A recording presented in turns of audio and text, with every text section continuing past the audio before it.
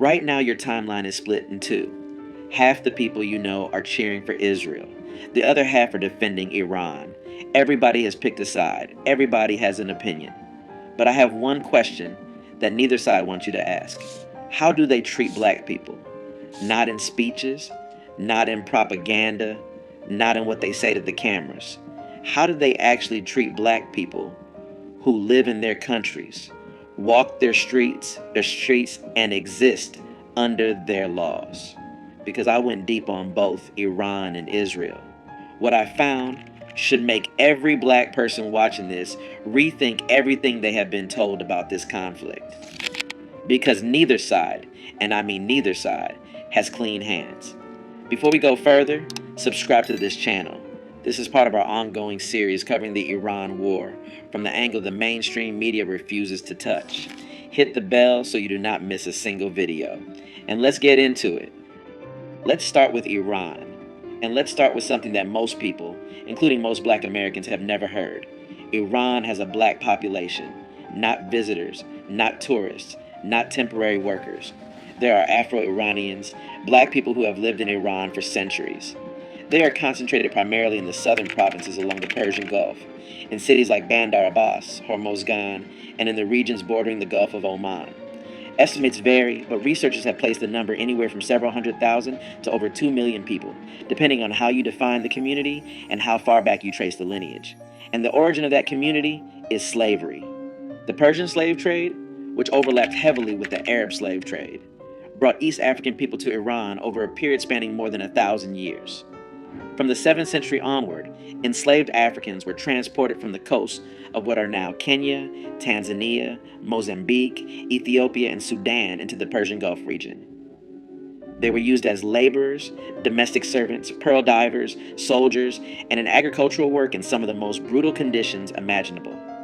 If you watched our video on the Arab slave trade, and over 150,000 of you did, you already know that this was one of the longest and least discussed slave trades in human history. It predated the transatlantic slave trade by centuries and continued well into the 20th century. Iran did not formally abolish slavery until 1929. Even after abolition, the social consequences never disappeared. Today, Afro-Iranians live in a state of invisibility. They are among the poorest communities in the country. They hold almost no political power. Their cultural traditions, rooted in African music, spiritual practices, and oral history, are marginalized. They are rarely represented in Iranian media, education, or public life. When researchers and journalists have attempted to document their existence, they have been met with resistance from Iranian authorities who would prefer the world did not know this community exists at all. The racism Afro-Iranians face is structural and deeply embedded. The Farsi language itself contains derogatory terms for black people that are still in common use.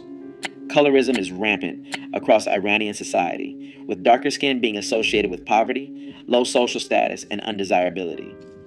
Afro-Iranian women in particular face compounded discrimination, marginalized for their race, their gender, and their economic status simultaneously.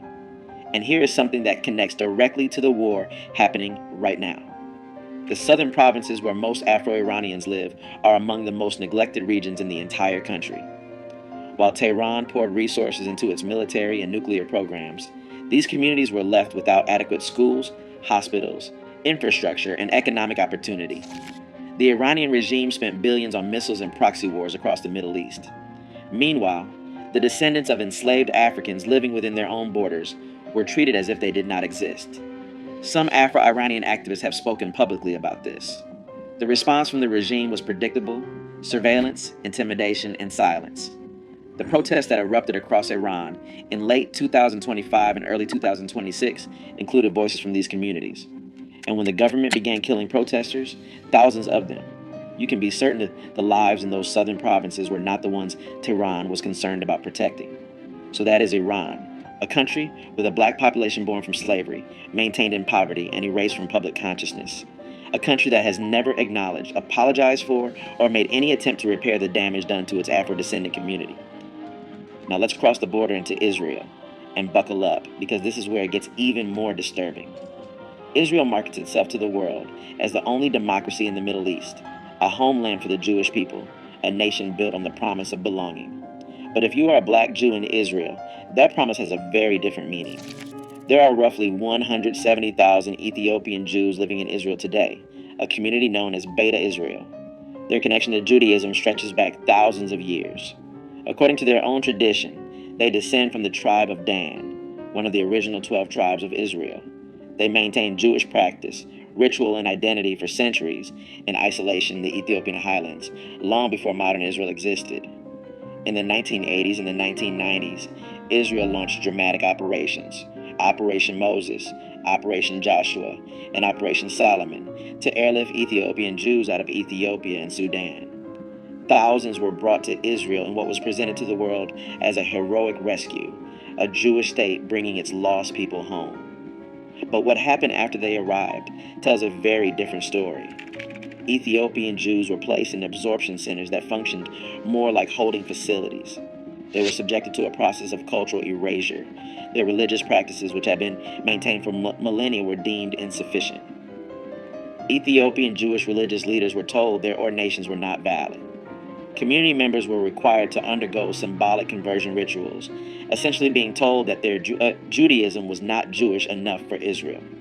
One of the most disturbing scandals in modern Israeli history emerged in 2013 when it was acknowledged that Ethiopian Jewish women had been given long-acting birth control injections, in some cases without full informed consent.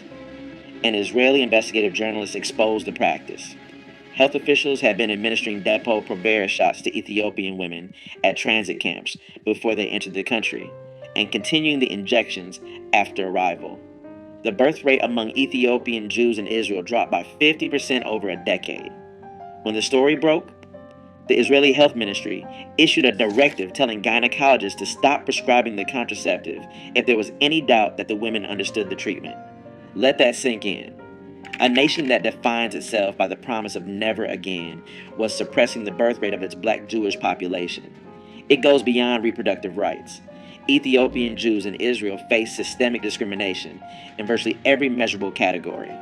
They are disproportionately poor, they face higher unemployment, and their children are overrepresented in the lowest performing schools and underrepresented in universities. Housing discrimination pushes them into segregated neighborhoods.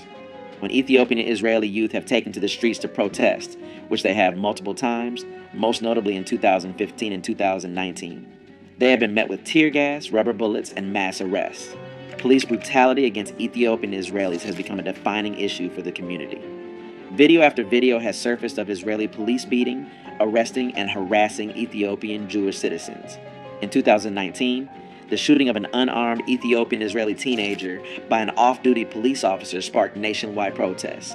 Thousands of Ethiopian Israelis took to the streets. They blocked highways, and they demanded justice. The parallels to Black Lives Matter were impossible to ignore, and they were not lost on Black Americans watching from across the ocean. Then there are the African asylum seekers.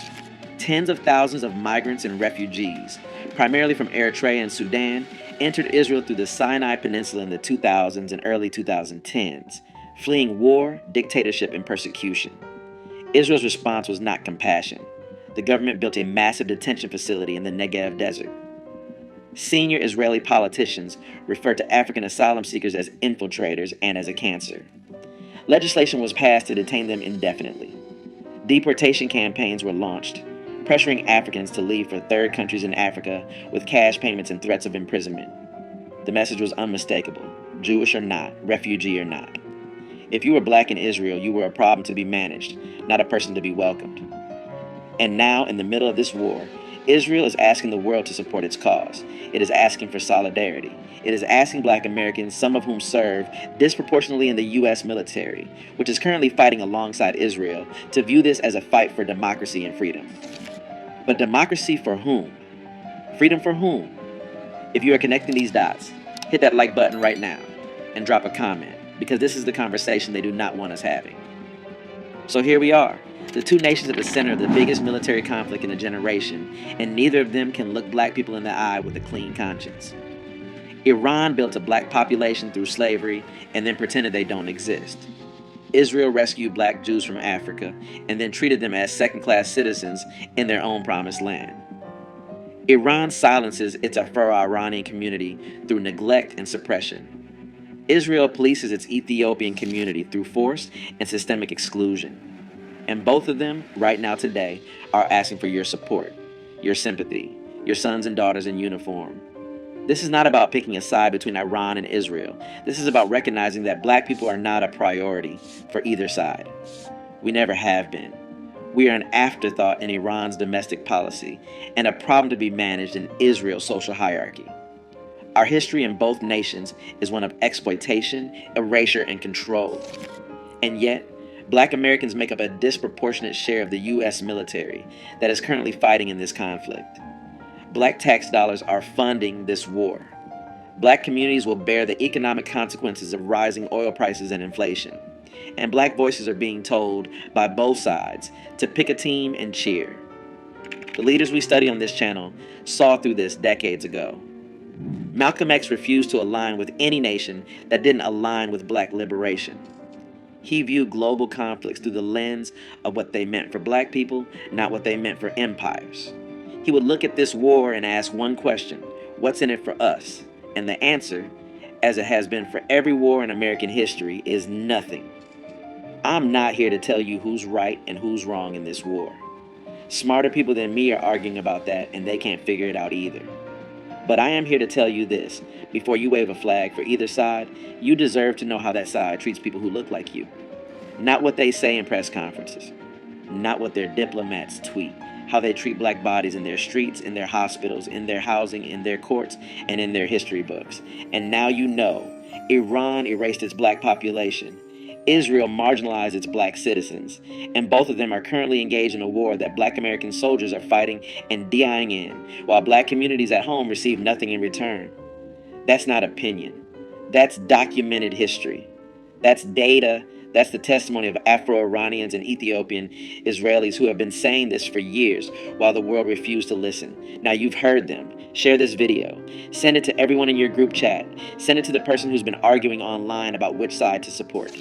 Send it to anyone who thinks this war has nothing to do with black people, because it has everything to do with us.